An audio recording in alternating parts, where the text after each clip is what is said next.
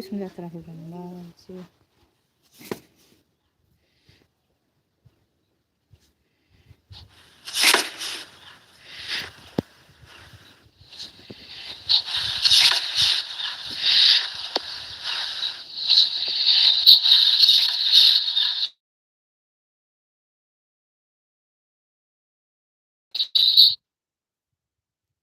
मासिथाब गाज्रि जाखो नोंना रानिया ओरै बोख्लालायनानै थुबावो बेखौ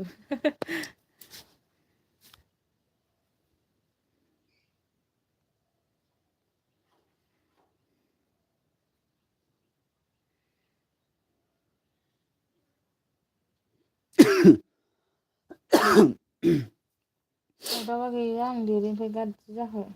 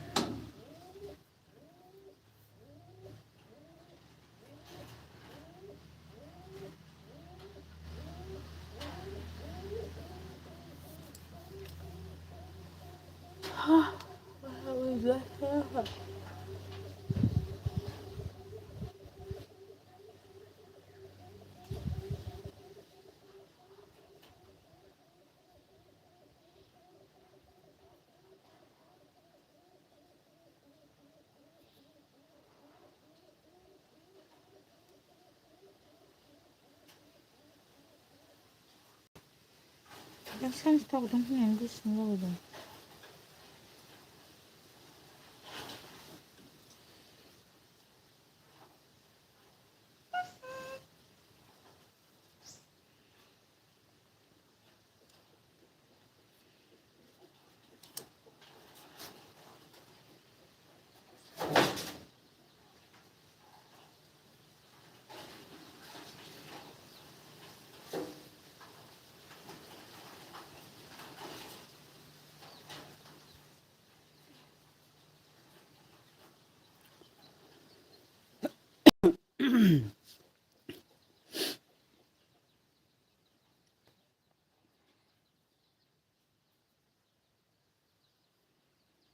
रावबोआनो फैयाखै माथो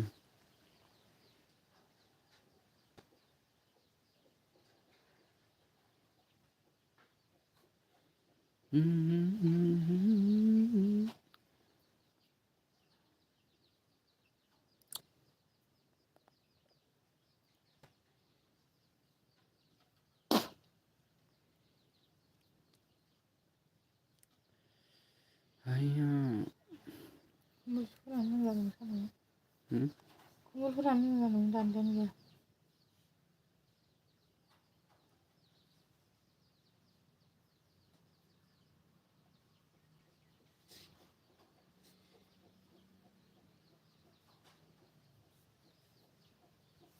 गुदुं फुननानै जाहरदों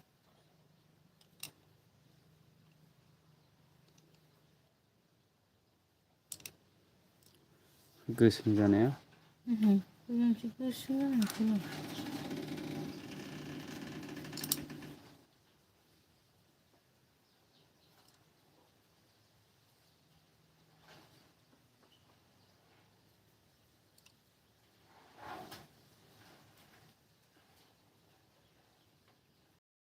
गोथाव जायोमोन माथो गुरैनो सोर खालामो मानि जानाय थायोमोन फैनो रायला ओंख्रिया मानसिया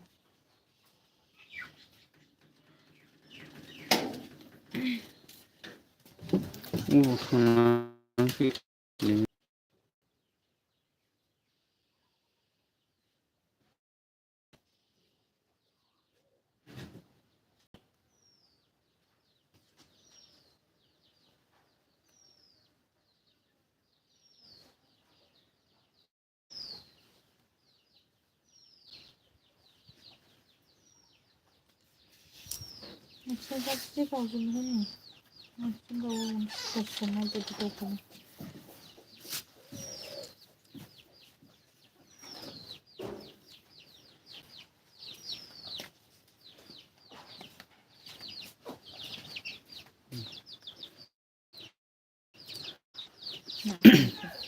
हा फुजा सर्गयारि लाइक दान होनदों आंनि एलबिआव नुजाफैनायनि थाखाय धन्यबाद रोजा रोजा साबायखर बावनाय थाबाय। मा ओंख्रि जानाय फुजा सर्गयारि?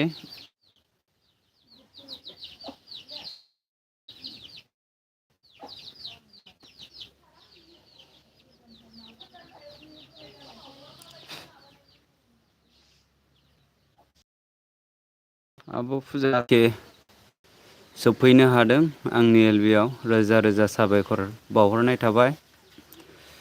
हेलौ बिष्णु बुंहरदों हाय हाय हाय हेलौ हेलौ हेलौ। दैमुखे लाइक दान थेंक इउ लाइक होनायनि थाखाय।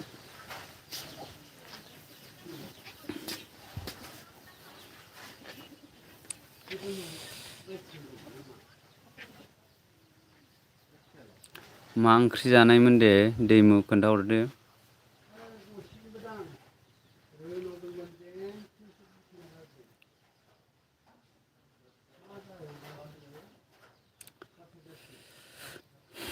कमेन्ट गाइस लुक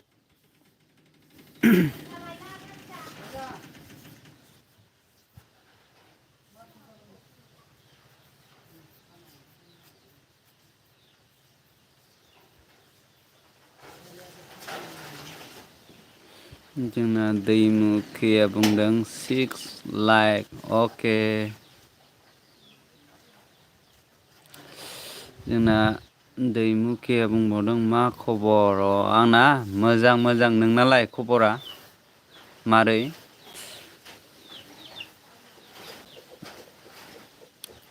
मा ओंख्रि जायामोन खोन्थाहरदो दे कमेन्टआव।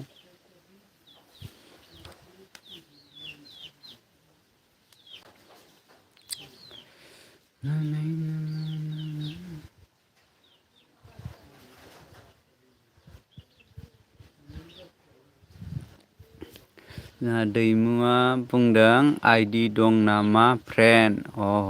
दङ दङ आंनावबो दे मोनबा 6टा 8टासो दंदां आंनाबो आइडि। नोंनावबो दं नामा दैमु?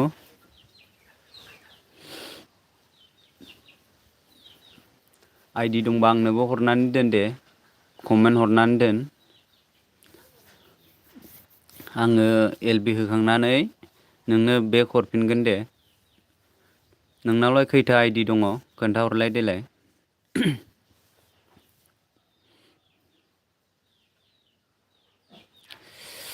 जोंना दैमुआ बुंबावदों मोजां मोजाङानो जानांगौ दे। मोजांसो जानांगौ खबर सबरफ्रा। जोंहा दैमुआ बुंबावदों बेसेबां दं फ्रेन्ड?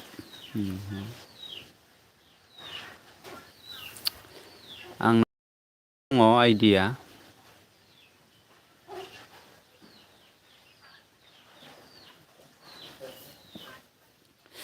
जोंहा दैमुआ बुंबावदों दे चेन्ज खालामनि। नंगौ नामा?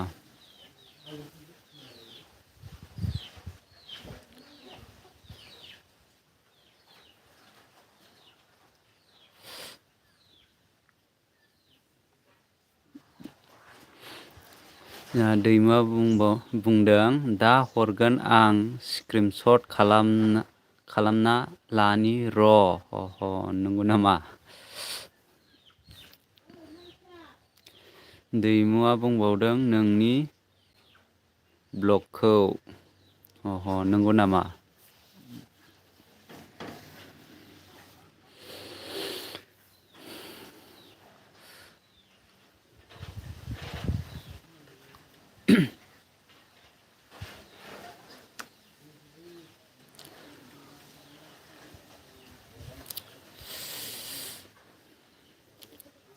जोंहा दैमुआ बुंबावदों आंनि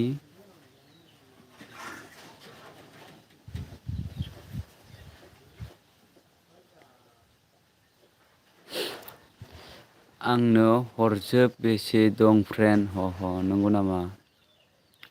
नोंनालाय बेसेबांथो दङ आइडिया खोन्थाहरलाय देलाय।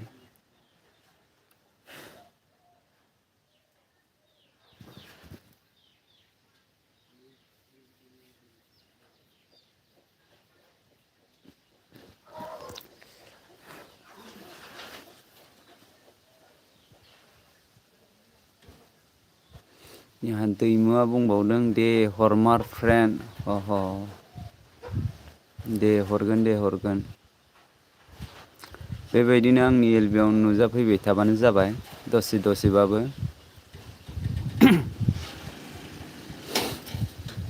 जोंहा दैमुआ बुंबावदों आं क्लासाव दं दे। नंगौ नामा? नों अबेनिमोनलाय खोन्थाहरलाय देलाय।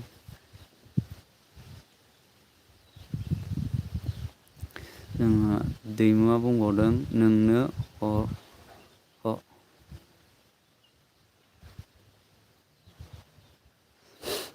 नोंनो हरखानि र' दे हरमार फ्रेन्ड नंगौ नामा? खोन्थाहरलाय देलाय नोङो अबेनि मा जायगानि?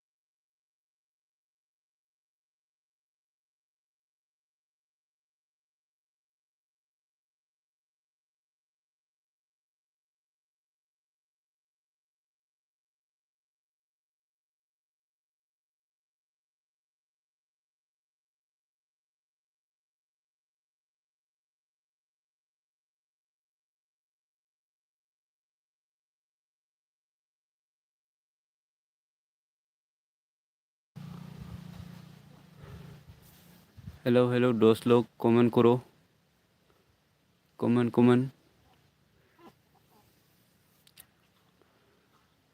जोंहा अमर ब्लग आंनि एलबियाव सफैनो हादों रोजा रोजा साबायखर हेलौ ब्रादार होनदों हेलौ ब्रादार खबर सबरा बोरै मोजां ना मा ओंख्रि जानानै सफैखो अमर ब्र खबर सबरा मोजां ना खोन्थाहरदो दे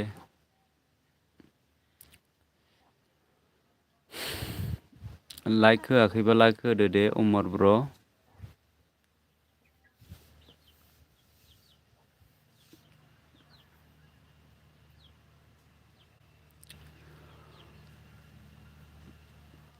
कमेंट 10 लोग कमेंट करो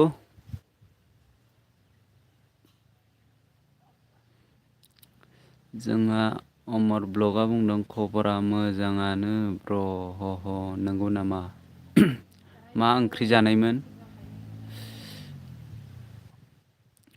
सानसुआव मा ओंख्रि जानायमोन खोन्थाहरदो दे अमर ब्लग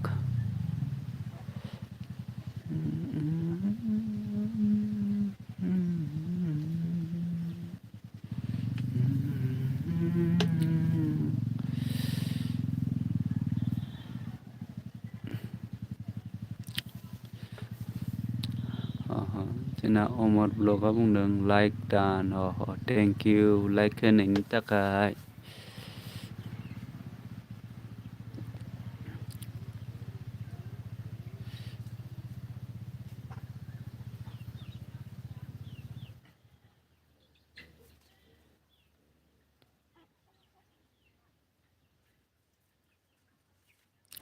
सोर सोर दङ कमेन्ट खालामहरदो दे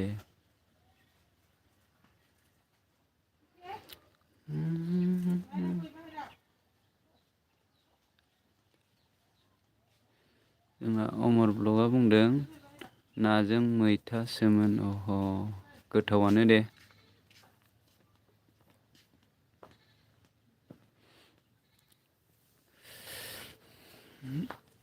अमर ब्लग नोङो अबेनिमोनलाय खोन्थाहरलाय देलाय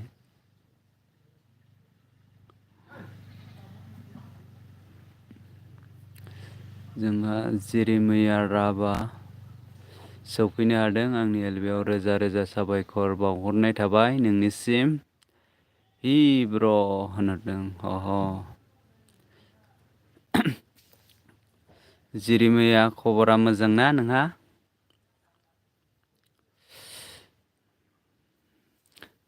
जोंहा अमर ब्लगा बुंदों माजबातनिसो आं नंगौ नामा जोंहाबो खुरमा दंलै माजबातआव गुमै दङ जोंहाबो जोंहा जेरेमैया राभाया बुंदों ओरैनो दं ब्र नंगौ नामा मा ओंख्रि जाखो जेरेमैया राभाया बुंबावनो दं थिगानो नंगौ नामा जोंहा अमर ब्लगा बुंदों मा गामियाव गामिखौ बावबायलै आङो मा गामि होनोमोनथाय बाथौफुरि ना मा होनोमोन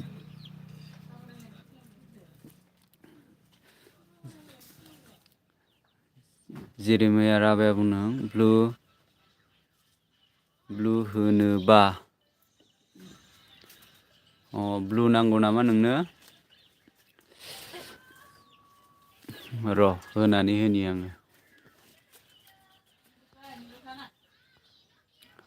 होबाय दे आङो ब्लु जेरेमैया बुंबावदों जाथ'वाखैनो नंगौ नामा अमर ब्लगा बुंदों आं जोंनि खाथियावनो माथो नंगौ नामा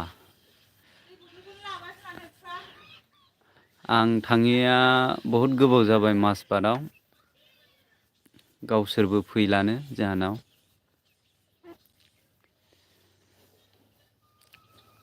देनांहाय थांबा लोगो हमहैलायसै अमर ब्लग।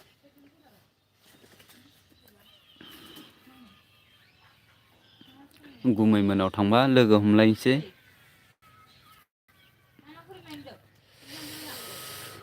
ओहो कमेंट करो दोस्त लोग।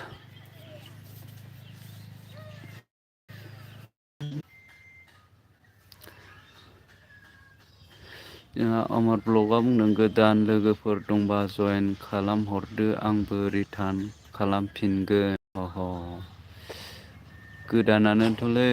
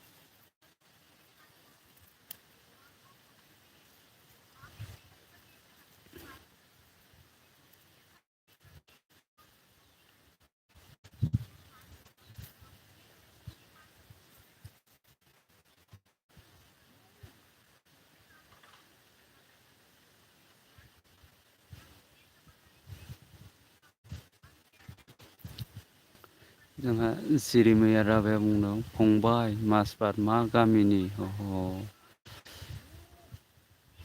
अमर ब्लगआ थांबायदां कमेन्टबो खालामफिनासै माथो बियो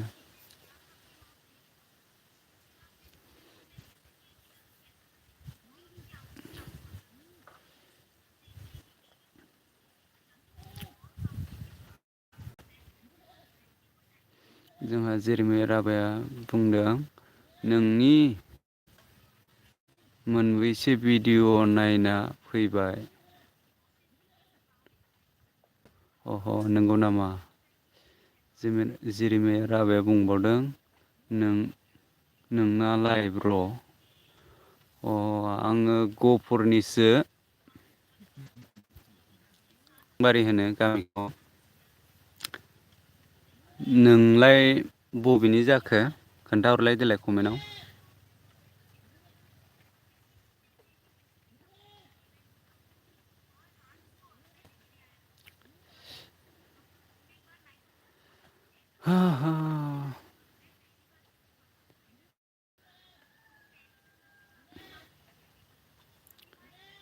जोंना गफुर हाइजेंबारि होनो गामिखौ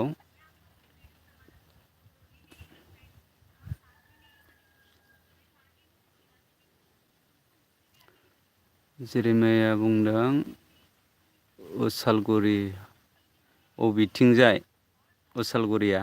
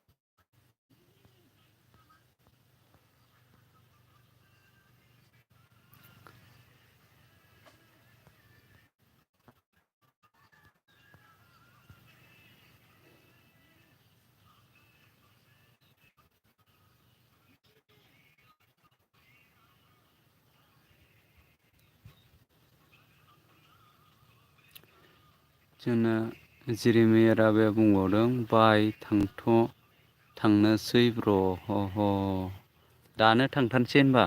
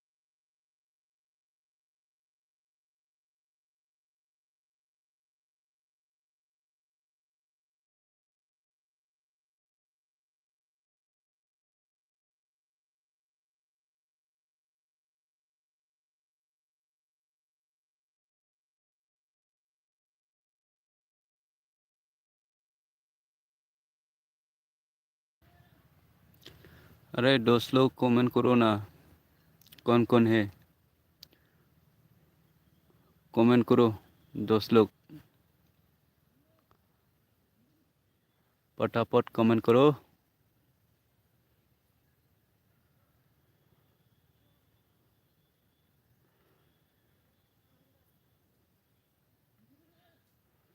अरे 10 लोग कमेंट करो, कौन कौन है मेरे एलबी में।